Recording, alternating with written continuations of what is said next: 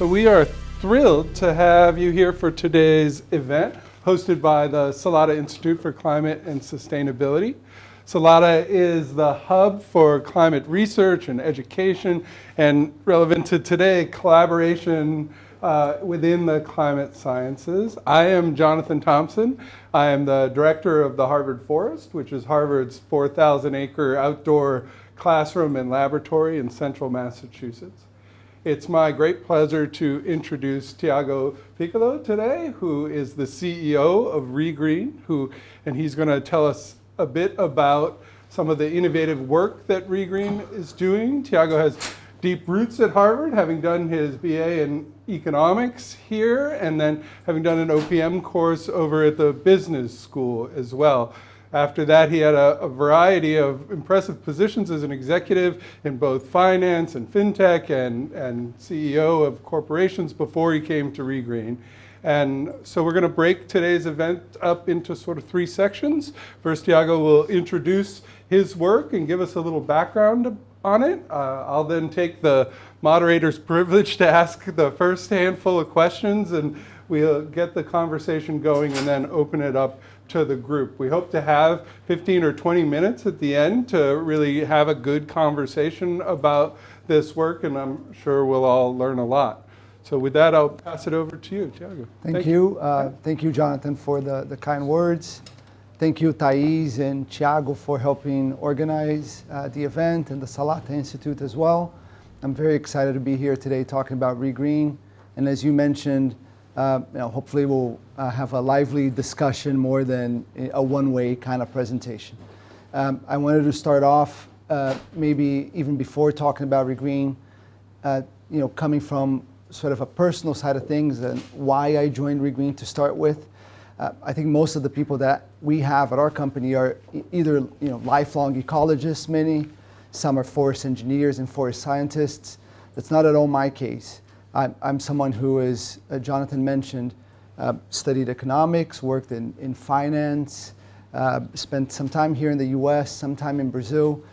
And one thing that struck me from very early on, moving from the States back to Brazil, is how much of the business that we do locally is implementing business models that are pioneered and invented here in the US, or maybe even in Asia these days. And they're kind of slimmed down, tropicalized versions of whatever is being invented elsewhere.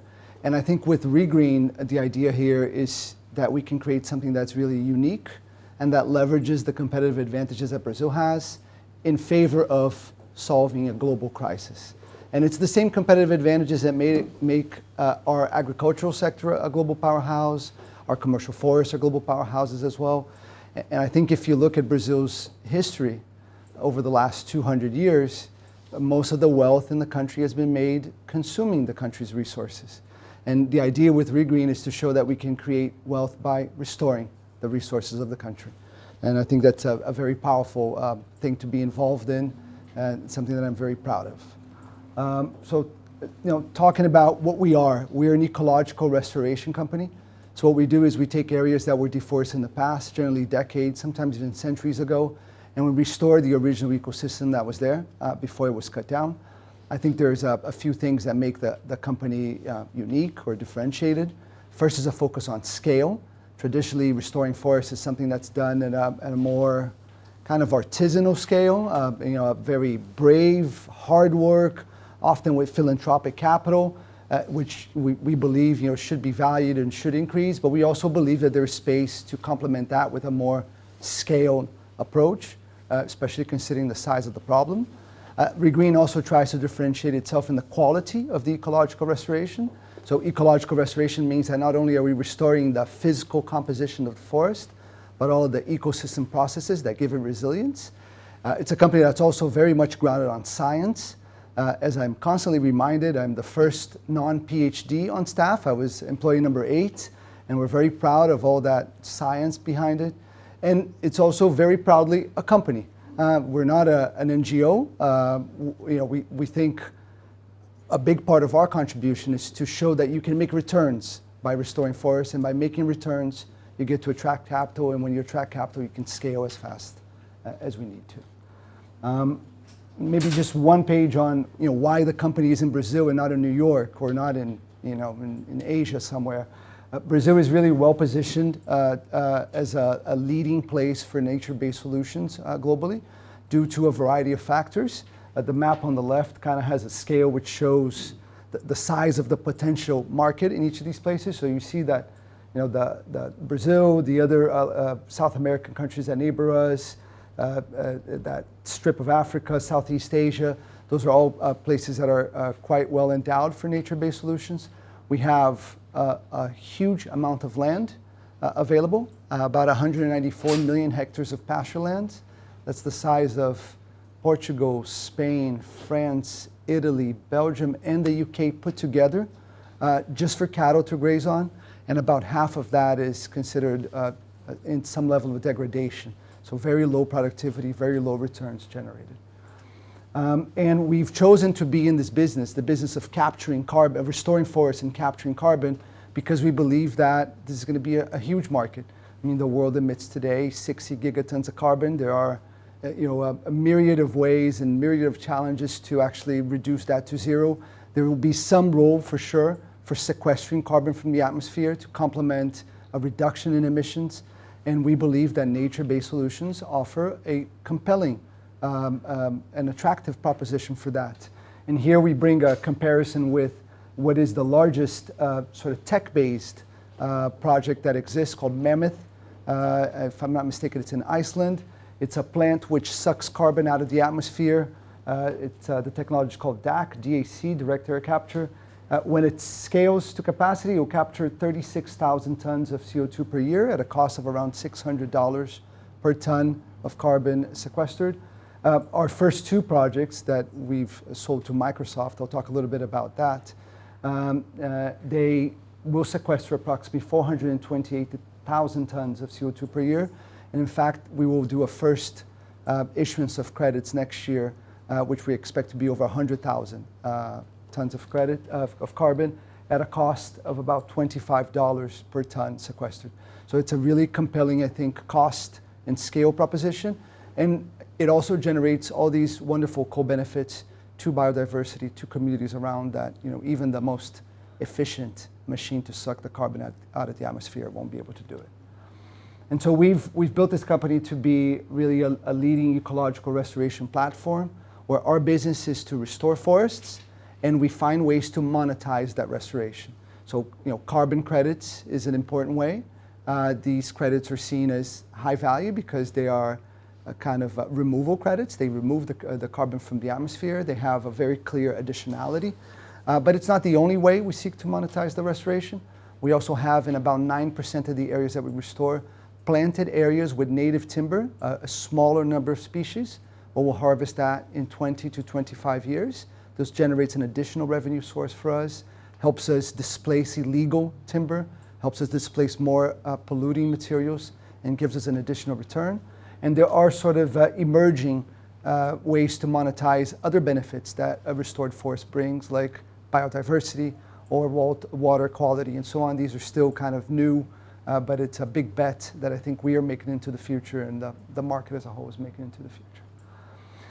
In order to put this company together, I think we try to assemble a team which is quite complementary.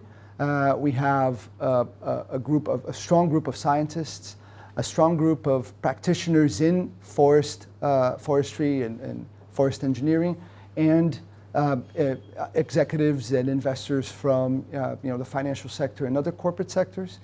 We've taken a lot of care towards building a strong level of corporate governance, having top-notch board members, top-notch policies, so that the company really is built to last, and that the level of governance that we have kind of mirrors our desire for the permanence of the areas that we're restoring. And as I mentioned, I think from the very beginning, we've put science and research at the center.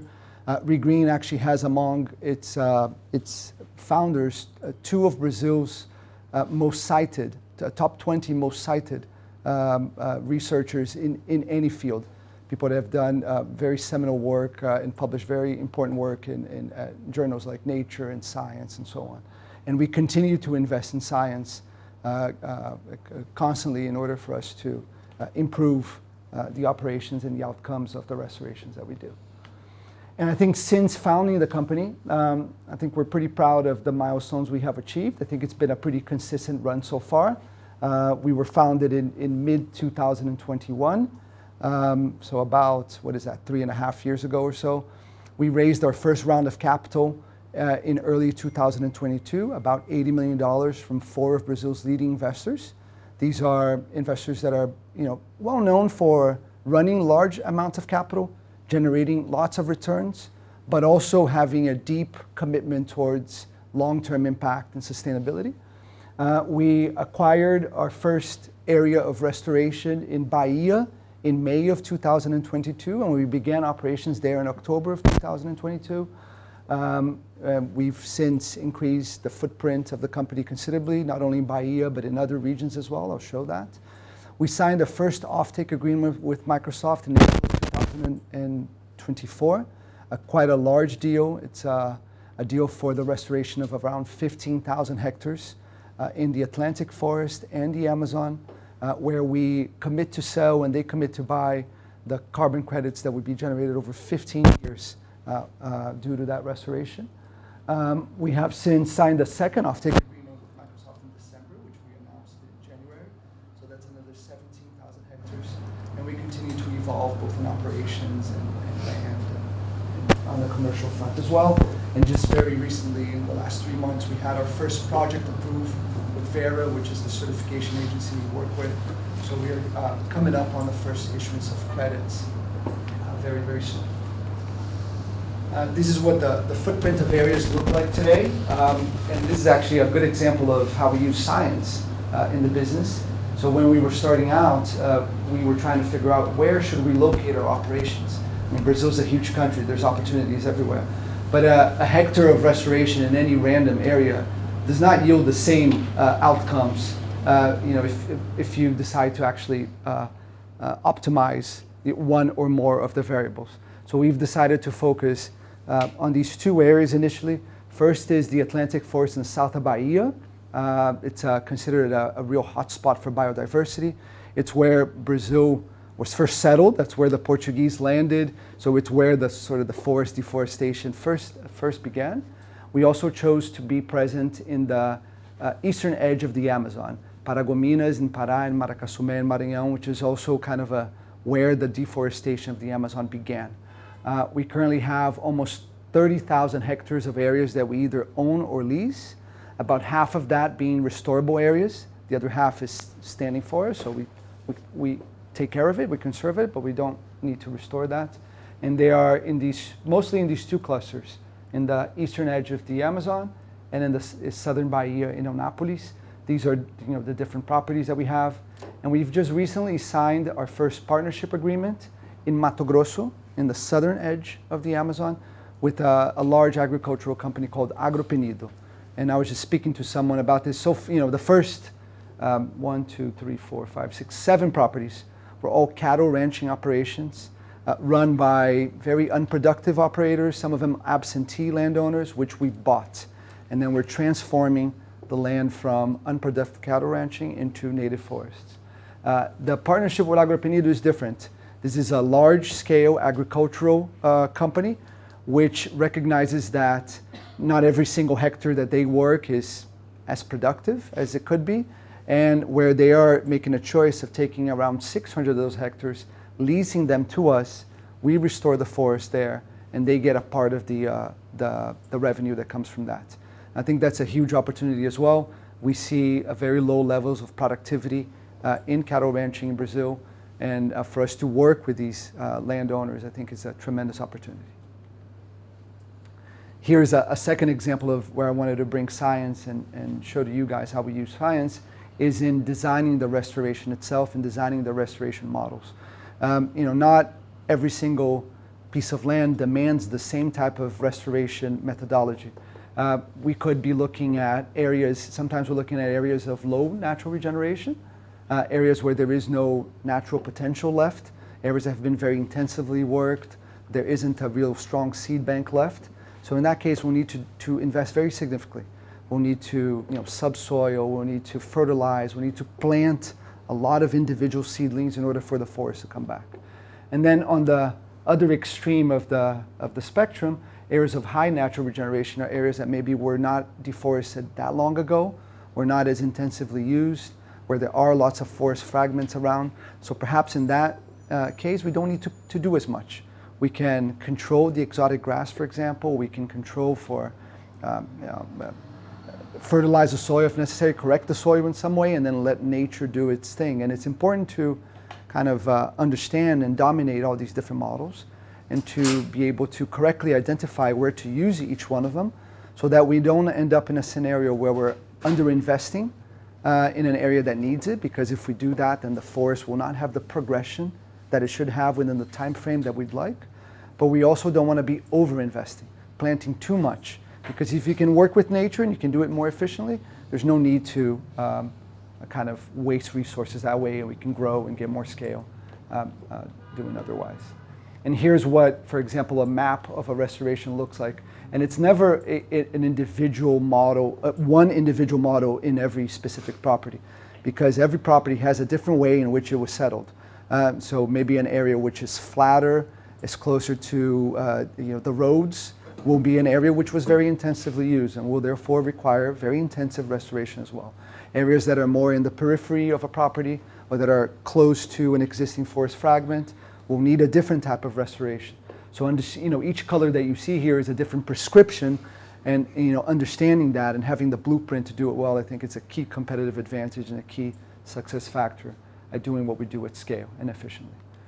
And here's what that looks like. This is actually our second property, and here you can see a couple of things. The plateaus, as I mentioned, areas that need kind of intensive restoration. They're being planted with individual seedlings, kind of following these lines. You have a specific number of species that you need to use, a specific composition of different species in order to get the forest progression to go the right way. But you also have sort of the areas that are, that are not mechanizable, that are steeper, where in that case we will not plant. We will help foster natural regeneration, will help nature to come back by controlling the exotic grass, spreading seeds if necessary, enriching some of these areas with species that are missing. So I think this kind of tells the story. It tells the story of the landscape, and it tells the story of how we use different interventions in order to bring the forest back. And this is kind of some time lapses from the first property that we started restoring, called Ouro Verde, in November of 2022. This is about a year and a half of forest progression.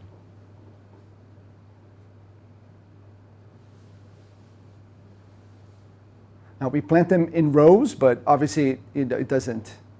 Nature kind of gets messy, and that's a good thing. So it starts looking, less and less like an agricultural operation.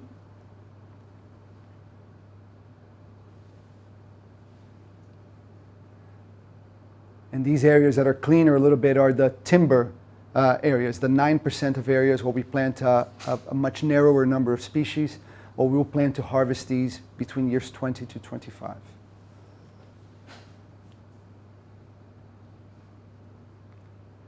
This is what this is the first tree stand that we planted in November of 2022. So it's slightly over 2 years now. We measured this recently. There were about 50 species or so, which is quite a considerable number. Most of them are species that we planted, but you already see some species that are brought by pollinators from the outside. The average canopy height between 4 and 5 meters. These are areas, again, that we've selected in a very conscious way because they're areas that have kind of outsized potential for forests to grow and for biodiversity to come back. This is just an illustrative view of how fast these trees grow. And as we bring back the forest, we also start to see more biodiversity. This is one of the variables that we actually select for and optimize for when deciding to enter a specific region. We use camera traps and other type of photography in order to monitor the presence of these species. And we also work closely with the local communities to ensure that we have a positive social impact in the regions. We work only in private lands. We're not working in community-owned lands, but we work together with the communities to ensure that the restorations are also beneficial for them. And that involves a lot of time building capacity in them and also observing the local context in order to generate the best possible opportunities. In Southern Bahia, where Ouro Verde is, we've helped to launch, I think it's 3 or 4 tree nurseries. Some of them owned by local communities that produce the seedlings that we then use, and hopefully others will use as well in restoring areas. In the Amazon, in Maracasumé, where our property is actually relatively close to a town of 20,000 people, there's 171 families that access the area in order to collect acai, and we're helping them not only to sell the acai to third parties, but also to benefit the acai so they can capture more value in that. And I wanted to finish off this sort of initial introduction talking a little bit about challenges. I think we're very proud and happy with the progress so far, but we also recognize there's a lot to do and a lot more to do ahead of us. re.green is a new company in a new sector. As a pioneer, you're always kind of building things for the first time, and you have to cross, find all types of hurdles that you need to jump over. And we've always had this very ambitious first mover mentality to it, which I think has allowed us to gain a lot of space to position ourselves as a leader, but also obviously brings a whole set of challenges. And people always ask me what the biggest bottleneck is in order for us to scale and get to the goal that we have of restoring 1 million hectares. And I say that there is no single bottleneck. It kind of changes over time. When I joined the company 3 years ago, certainly the first bottleneck was accessing land. Even though we have those hundreds of millions of hectares that I mentioned to you guys, land titling in Brazil is very complex. The history of how land went from being a public good to a private good is full of problems. And as a company which has very high levels of corporate governance and that interacts and transacts with very large corporations, we have a very high standard. So in order to kind of break that paradigm and to be able to find the areas that we can access, can buy, can lease, it was very, very tough. We had to put together a system on the cloud where owners can upload a shapefile. The shapefile we've linked with several databases that allow us to kind of filter things that don't make sense, things that have superimposition with public lands or indigenous territories that have embargoes for environmental reasons. We also run an automated model which allows us to know the cost of restoring that area roughly and the revenue so that we know whether the returns are in the same range. So I don't think we have solved the land problem, but we've managed to find a way to process large amounts of data and to easily sort what makes sense for us to spend more time and to dig deeper, and what doesn't make sense and we should discard and put it aside. I think the second bottleneck that we faced was operations. It's very hard to restore a forest in the middle of the Amazon somewhere. It's hard to get the people there, it's hard to get the tractors, the machinery, the fertilizer and everything. And not only is it logistically hard to get there, but it's not as if we're restoring just flat squares. We're restoring areas that are sloped, that have rocks, and how do you get around these things? And there's fragments of forest in between, so you need to kind of go around them. And so I think there's been a lot that we've done and a lot more that we're going to do in the future with using drones and developing more machinery and equipment and techniques as to how to restore land. We were just speaking before, and if you were to look at eucalyptus in Brazil or Douglas fir here in the US, these are cultures that have been perfected over 50 years. A hectare of eucalyptus in Brazil today is 5 times as productive as it was 50 years ago. And that's not the case for a hectare of native forest. We still do it the same way it was done 200 years ago. So I think going on that journey would be very important. I think the third bottleneck that we faced, and still a challenge, is commercial. I mean, there's thousands of companies that have made net zero commitments, but a much, much smaller group of companies that are actually doing something about it, both reducing their own emissions in a significant way and also engaging with projects such as ours that allow them to kind of recompose their effect on nature and sequester a part of the residual carbon emissions that they're not able to eliminate. And interacting with these companies is not easy. They have huge teams of scientists, many of them. They do very thorough due diligence. They're accustomed to very long deals with high levels of governance and guarantees and all types of financial structures. So getting through to that, talking to these companies and being able to sit down and do a deal with them the way we did with Microsoft, I think it's a big challenge. It's one that I think we're getting better at, but it's not going to go away, obviously. And finally, funding. That's probably the biggest bottleneck we face today. Once we've been able to put together a machine to source land, once we've been able to improve a lot of operations and scale them considerably and do hundreds of hectares a week, once we've been able to sell to big companies like Microsoft, then now we need more capital in order to grow as fast as we want to. Restoring forests is a very capital-intensive type of activity. So putting that engine together so that it's replicable, I think it's a big, big challenge that we and other companies in the sector as well. And finally, before handing it over to Jonathan for the questions, I wanted to finish on this note about kind of exponential learning and accelerating the learning curve. I think that's probably one of the most exciting aspects of the business, of my work, and of even being here at Harvard. And I brought this example. We're about to do our first measurement of carbon, which means that the teams are going to go out into the field. They use drones, but they also use a lot of field measurements where you draw kind of randomly spaced measurement plots that are statistically significant. You measure the width of the trees at chest height, and based on that, you have an equation depending on the species to determine how much carbon is stocked there. And we did these first measurements, and I think the whole company was holding its breath. We had no idea exactly how much carbon was stocked in these areas. And the first piece of good news was really good because it turned out that it had more than we expected. We had a curve, and we were considerably above the curve. But I think the second piece of news was even better, was that if we looked from one plot to the other, or from one property to the other, or from one model to the other, the differences were considerable. Some areas were a lot better than we expected, some were a little bit better than we expected, and some were a little bit worse than we expected. And basically, we don't know exactly why that is. And I think that's a good thing, because if we can figure out what makes an area be twice as productive as we thought it would be, what makes an area be half as productive as we thought it would be, and we do more of the first and less of the second, this can really have an exponential impact for the company and for the sector. And that's it. Thank you.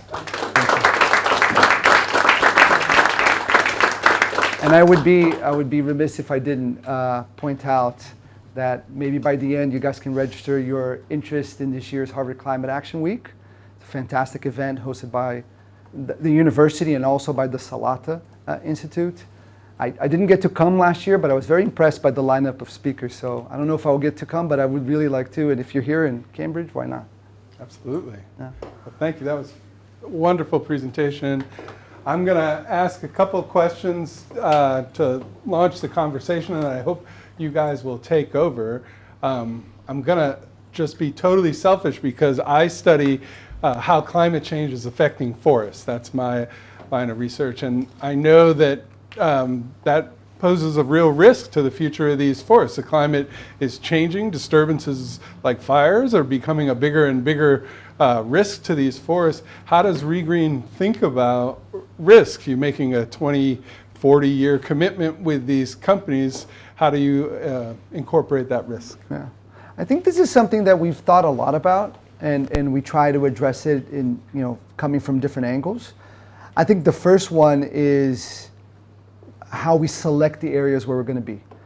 So there are, a dozen different variables that we try to maximize for in deciding the specific areas that we're going to be present, and certainly the risk of permanence from fire and from other aspects, as well as sort of the level of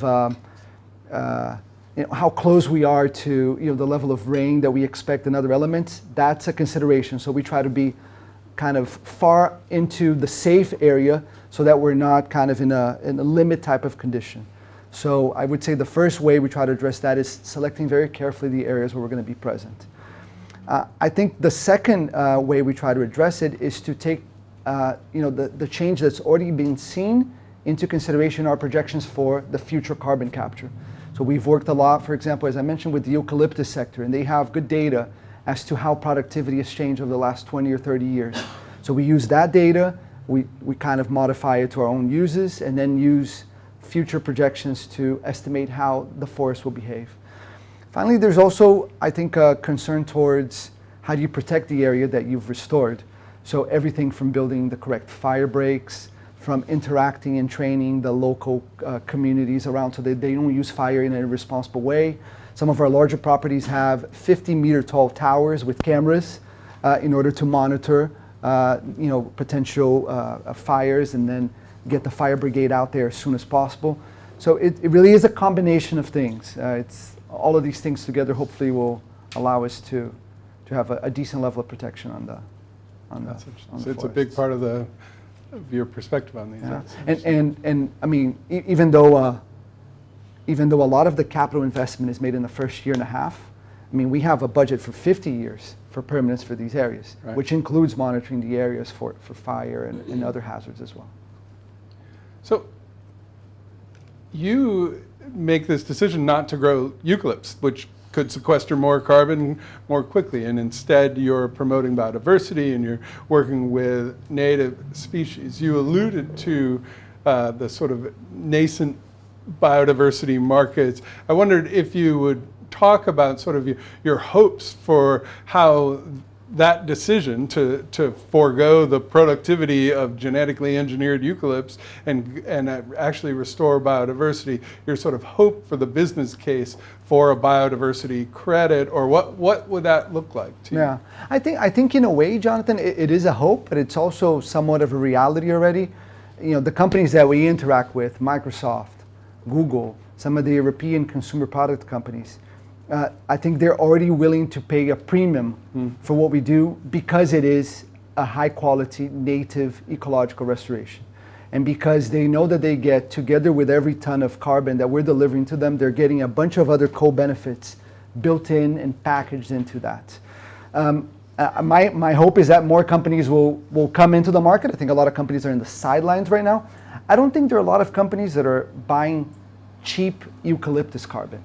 I think that's not really a market right now. Either they are totally in the sidelines, kind of waiting to see how things are going to shape up, or if they are actually in the market, in the voluntary market, I think they prefer to pay for quality and get quality out of that. Hopefully in the future, these assets will be priced separately. I think we can probably make a case for selling separately the carbon that's sequestered, the impact to the reduction in the risk of extinction of certain species, the impact in soil fixation and pollination. Today it's like a big bundle that you have to count on, the buyer seeing all that value, but maybe in the future we'll be able to monetize and that separately.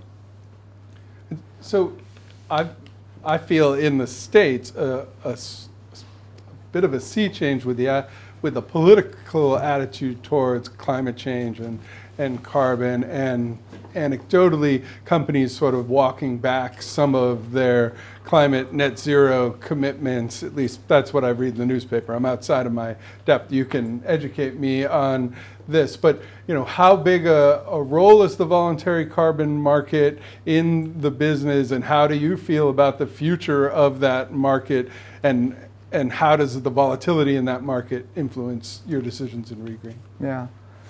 So when we started the company in 2021, 2022, we did this big market study where, think of one of these classic consulting matrices, right?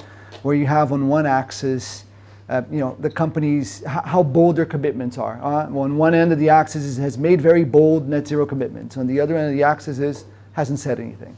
And then the other axis, the y-axis, it was companies that are actually engaged in the voluntary carbon market doing something, and companies that are not doing anything. And by far the largest group was companies that have made bold commitments but are not doing anything. And that was the case already in 2021, 2022 when we first did this. And then where we are present now is bold commitments with action. That's a rather small group, but it's a group of very large companies with lots of resources. And I think a genuine, deep desire towards doing things that they can be proud of. So I think that remains. The big companies like I mentioned a couple, Microsoft, Google, and others. I think they continue to be committed. Maybe they're talking a little bit less about it. Maybe not. I think some of them still are very proudly talking about what they're doing. What I do see is these companies that were in the sidelines. I think I would have expected more of them to have jumped into the playing field by now, and they're not. So we'll have to see how that shapes out. The companies that are here, they're quite big. Microsoft signed with us 2 transactions that together represented 6.5 million tons of carbon, 34,000 hectares of restoration. That's a lot. That was only about a fifth of what they signed in that year overall. We were 20% market share. There's 4 times as much they've done with other people, other than us. So these companies, they're quite big, and they can really move the market and help move the market in the right way. Now, as for what's going to happen with the voluntary carbon market going forward, it's hard to say. I think there is an expectation overall that in the future there will be a convergence between the voluntary market and the compliance markets. But that's also probably going to have a little bit of turbulence in the next couple of years before we see a real convergence. Yeah, it's been my perspective that a handful of bad actors have resulted in some negative press around the voluntary carbon market, and particularly not so much in the reforestation, but in the improved forest management space, where things are arguably not additional. Here you have former cattle lands that are turning into native forests that certainly would not be otherwise. And so your additionality case seems much clearer and stronger. Do you try to differentiate yourself from whether it be the IFM people, or do you just do good work, keep your head down, and assume your reputation follows? I'd say more the second, because I think we need to have good IFM projects and good RED projects as well, because those things are necessary, right? I mean, we can't throw the baby out with the bathwater. So I would say it's less about a matter of us kind of positioning ourselves as a better alternative to what they're doing, and more kind of from a fundamental perspective, showing in how much we've thought about quality and the science behind it, and our commitments toward delivering what we say we're going to deliver. And hopefully that shines through to whoever is on the other side of the table with a willingness to pay. And I think I agree with you that, I don't have a statistic, but I do think it's a handful of bad actors kind of poisoning the well for everyone. And that has kind of different effects for us specifically. It's always something I need to address. So it probably would be better if there were no bad actors, because then I didn't need to go through all of that. But on the other hand, companies that are truly committed to this, they've narrowed down to a smaller number of types of projects and a smaller number of project developers, and I think we're among those too. So, less competition, more time talking about what happens in the market, but probably less competition for people that are truly committed to doing something impactful. This is a little bit of a niche question, but again, I'm just personally interested that you're planting a ridiculous number of native tree species that I don't think anybody grows. But at scale, is that something? Are you having to build nurseries to get these from seed to bare root seedlings that you can plant? And is that something you can do with the communities you work with? Yeah. So the answer is both. So we actually own the largest tree nursery in Brazil for native species, called Bioflora. It's a tree nursery that's been around for almost 30 years in the interior of São Paulo. It was built actually by scientists from the University of São Paulo, who are now our partners, and who contribute that Bioflora as part of the formation of the company. And Bioflora not only produces about 3 million seedlings per year of a wide variety of native species, but Bioflora is also responsible for having done the technical training for dozens of tree nurseries all across Brazil. And we constantly invest in improving productivity, improving processes, improving quality, and so on. Today we buy native seedlings from 29 different tree nurseries. We don't want to do a totally vertically integrated model for many reasons. Certainly we want to make sure that the benefits of this activity flow to the regions. We want to make sure that the seedlings are produced as close as possible to where the restoration sites are, with genetic material that comes from that restoration site. So I think putting together the supply chain for seeds and seedlings has been an instrumental and very important step in getting the scale where we want. And it's not, I don't think it's something that we've solved. It's not the bottleneck now, but hopefully we will raise more money, we'll increase our footprint, and then that will become a bottleneck again. we spoke earlier, just before this, at our mutual surprise at how much there is to learn in this space scientifically, like to do this work. I'm curious what you see as the sort of frontier of science and how re.green is working with researchers and scientists to advance that frontier. Yeah, I can talk, give an example and talk about maybe a couple things that I'm excited about. I'll just give one example, which for me was very telling. So as I mentioned, in order for us to measure how much carbon is sequestered in a forest, we actually, we put plots, 10 by 10 plots that are scattered, statistically scattered across the property, and we infer from those measurements how much carbon is stored. And the way that they do that is they literally go into the field with a tape measure, or a type of caliper, I think, and they measure how wide the tree is at a chest height. But then when we started doing our first measurements, we ran into a problem, which was that all the allometric equations that exist, they're built on adult individuals. So you can get how much carbon is stored based on how thick the tree is at the chest level and how tall it is. But a 2-year-old tree has a different physical composition than a 20-year-old tree, just the same way a 2-year-old child has a much bigger head compared to their body than we do as adults. So we actually had to develop allometric equations for 50 species, where we collected young individuals, dried them out, and then and now that's part of the science. Yeah. Part of the science that we use, part of science that others are going to use as well. So just a really cool example, a very tangible example of something that we've done. I think there's, going forward, maybe a couple things that I'm excited about. One has to do with the production of seedlings. I think the eucalyptus, and I would imagine the Douglas fir, even though I don't know very much, they do a lot, not through producing seedlings from seeds, but through propagation. They take individuals that are considered to be like very resilient to, for example, lack of water, or they grow very fast, they grow very straight, and they cut little bits of the branches, and they get it to throw down roots, and then you have kind of copies of that. So for our timber model, for example, where we're going to be harvesting those trees in 20 years, rather than kind of taking a chance and getting any genetic material that comes, if we get the right genetic material, you can get these trees to grow faster. This will make the economics of the project look better. We'll be able to scale more. We're also doing some research on leakage, which is the effect that happens when you take that cattle ranching area and you turn it into a forest. Is that rancher going to then turn around and deforest another area in order to put the cattle? That's leakage. So we're doing some research to try to understand how that happens and how we can mitigate that.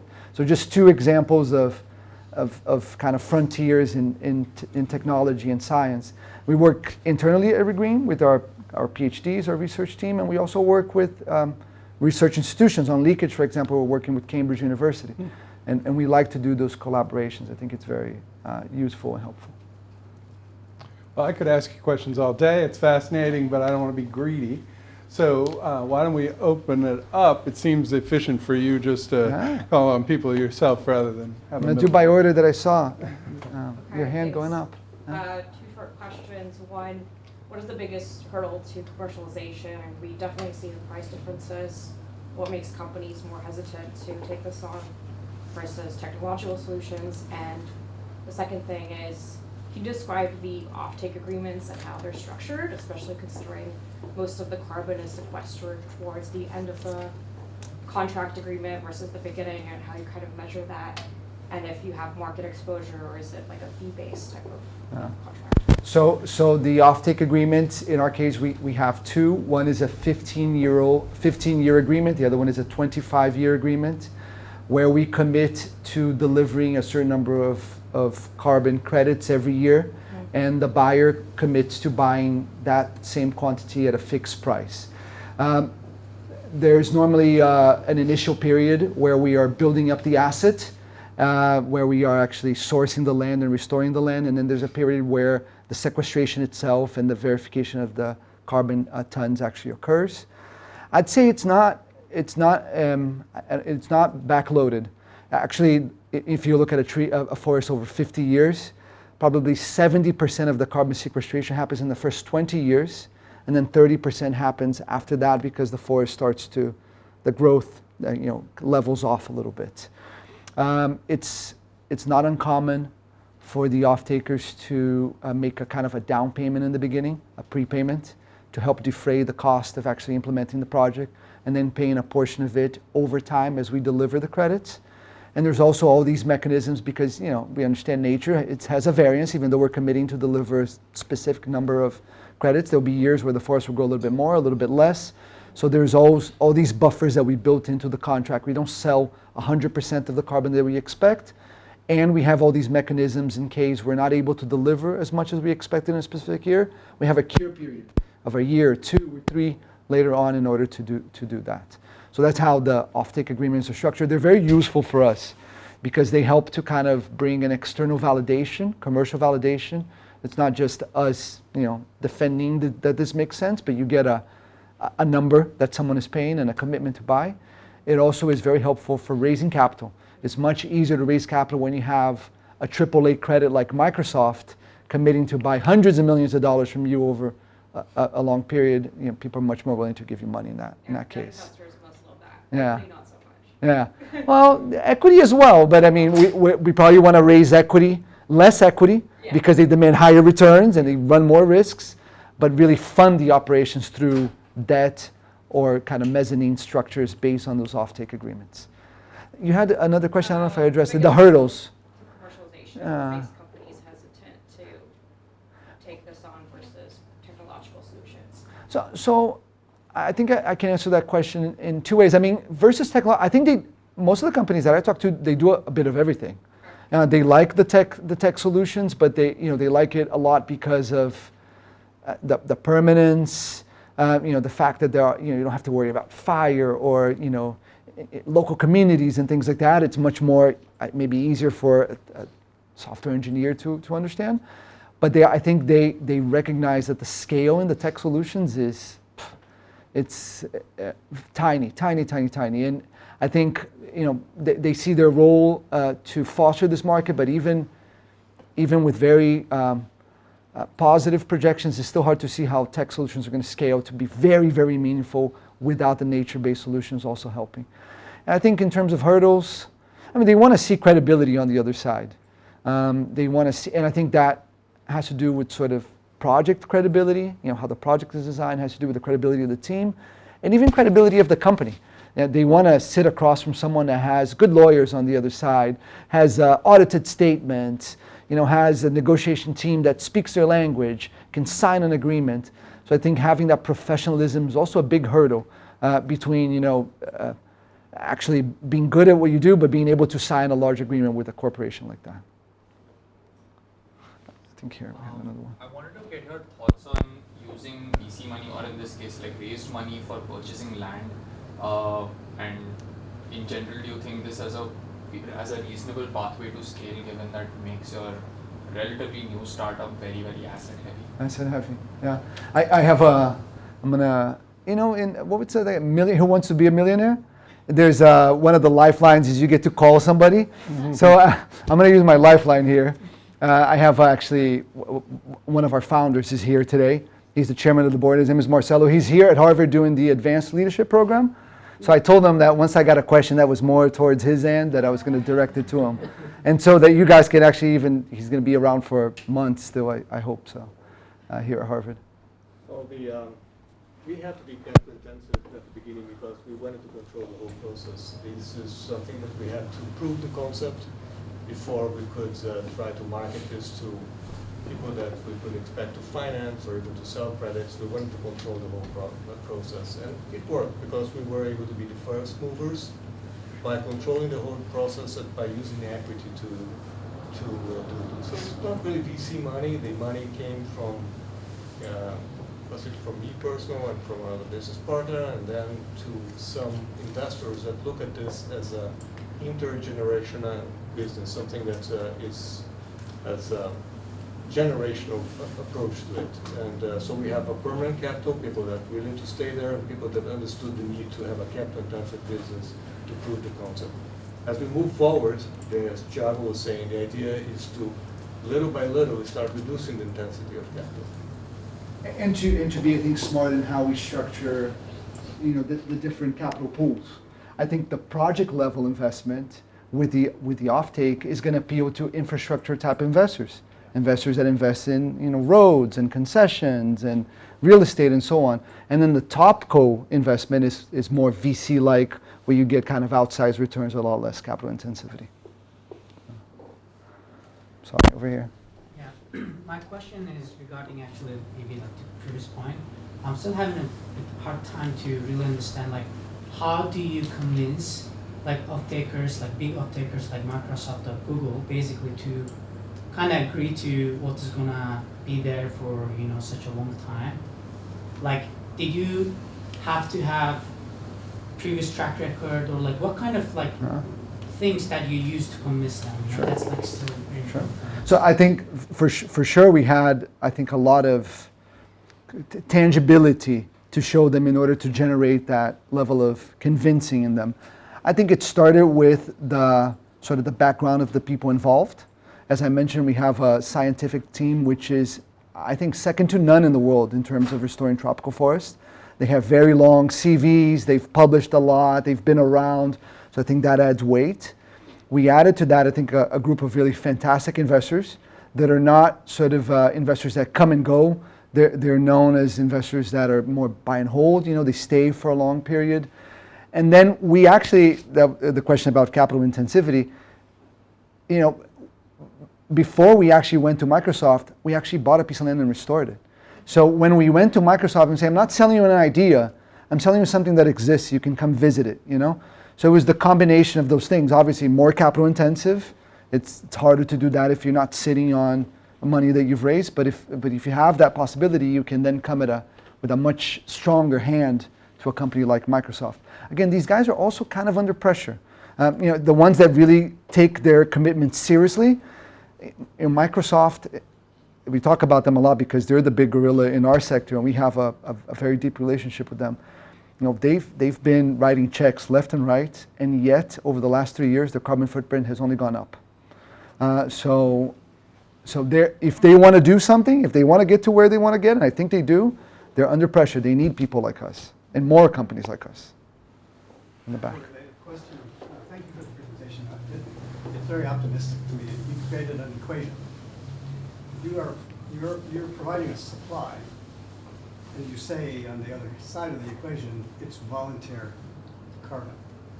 However, they have been incentivized because they have made promises in order to get certifications by the regulatory side of things. So LEED, sustainable sites, the Dwell program, right? So I'm wondering if I'm right here that upstream from your model, they've made commitments that they're going to draw down carbon. Meanwhile, they're using more carbon than anyone. Embodied carbon in their building, their data centers, for instance, in the cooling of the AI data centers, right? So I'm just wondering how you reflect on that, because that's, I believe, created your market.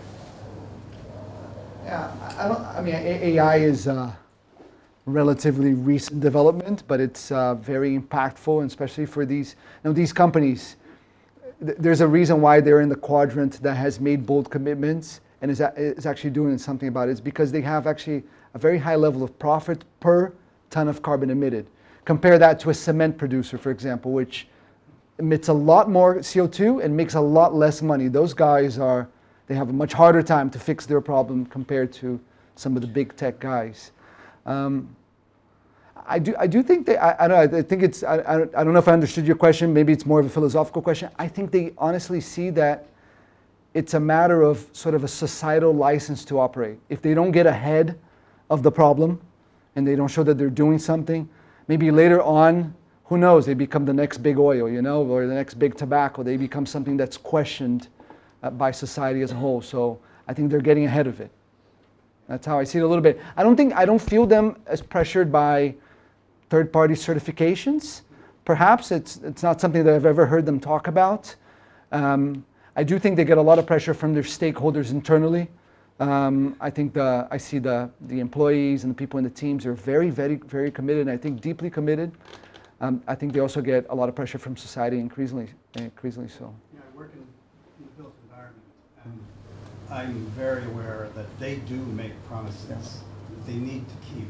Yeah. And I think you've tapped into a really important set of commitments that they make and don't fully know how to To realize. deliver on it. Yeah, Yeah. I agree. Yeah, I just have a question, not related to the financial side, but I come from a tropical island, and you talked about planting in barren land and native forest, so that you have no problems with, you don't have any issues about invasive species happening there? Oh or yeah, You do? because basically these areas were areas that were cleared of forest and they were planted with invasive grass, exotic grass to feed cattle. So the first thing that we often need to do in order to restore the area is get rid of the exotic grass. But you get rid of it like it's very easy, or is it something that you have to? No, sometimes it's challenging. Does it really matter? Yeah. Again, I'm trying to figure out whether it really matters that if you're doing the carbon sequestration, is that okay to have some invasive species along with your native species? I'm yeah. thinking that, I guess, right? No, I mean, I mean, the one that really gets us is the exotic grass. So basically, these areas they're clear cut, full of exotic grass. That holds down the natural regeneration. It chokes the natural regeneration. So if you leave a field of brachiaria, which is the one we have in Brazil, it can be 50 years and there will be hardly any trees coming up. So we need, if we can't get rid of it, then we cannot restart the forest back up again. That's the first step, generally, of restoration. Yes.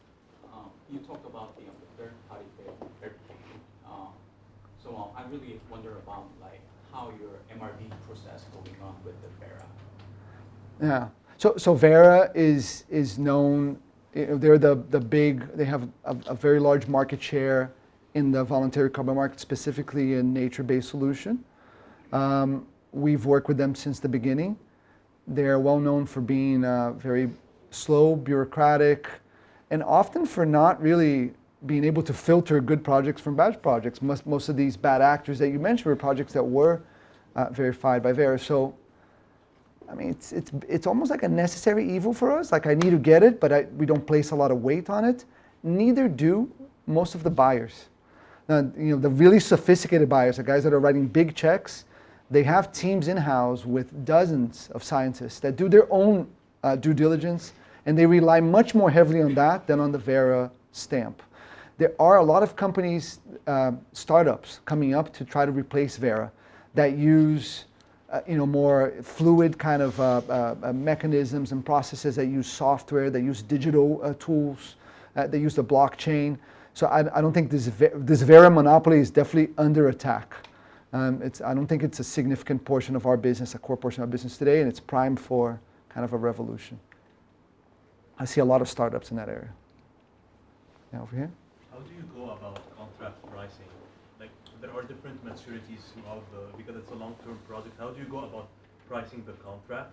Is it fixed or variable? And what are the factors that you take into account when you want to project or forecast like potential impact or potential return, either to convince investors or to bring offsetters on board? So I think this is an area that we are trying to become more sophisticated, because not only is it a complex type of decision for a specific project, but as we pile on more projects, it becomes important to understand how these exposures are either being mitigated within the portfolio or reinforcing each other. So I have one contract, for example, which is a fixed price multiplied by inflation. So I have a variable outside which I try to cover. If I have higher costs, then I'm covered with a higher price. But I have another contract which is totally fixed. And then we have kind of bands that if it goes beyond a certain band, we can sit down and renegotiate. And basically, I think in the beginning we were kind of focused on delivering a minimum level of return that we think the equity holders would like, and that would allow us to raise debt at a much lower level so that we can get an operational and financial leverage out of that operation. And since the investments are made in the first couple of years, I don't have as much uncertainty about a future cost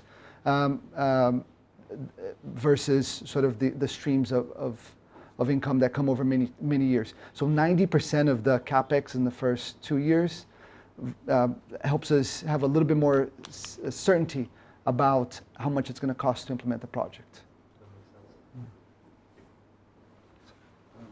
One question about essentially the information you use to decide how to restore. Because I kind of remember, it's like in the state of Pará, right?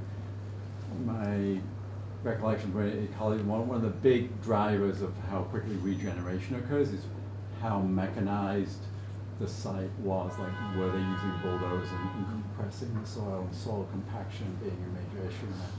Are those sort of things that you're able to take account of, and how much does that affect the cost of the project? Absolutely. You have to remediate the soil because of compaction versus not. Absolutely.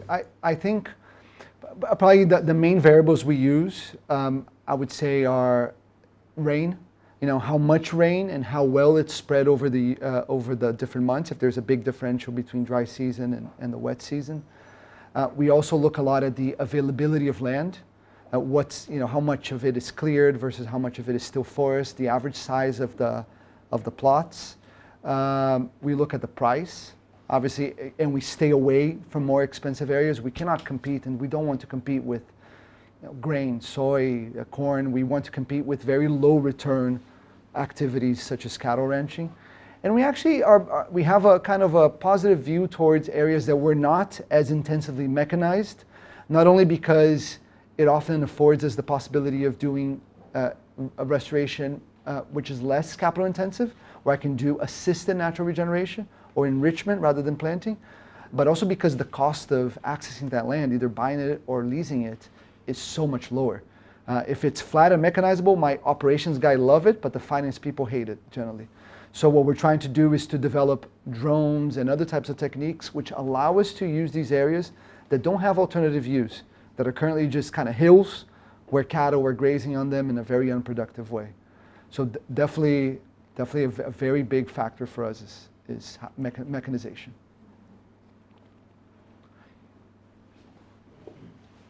One more? Yeah. Yeah, I think I'm curious about, I was going to say competition. I don't think competition is the right word, because I think the more people doing this, the better.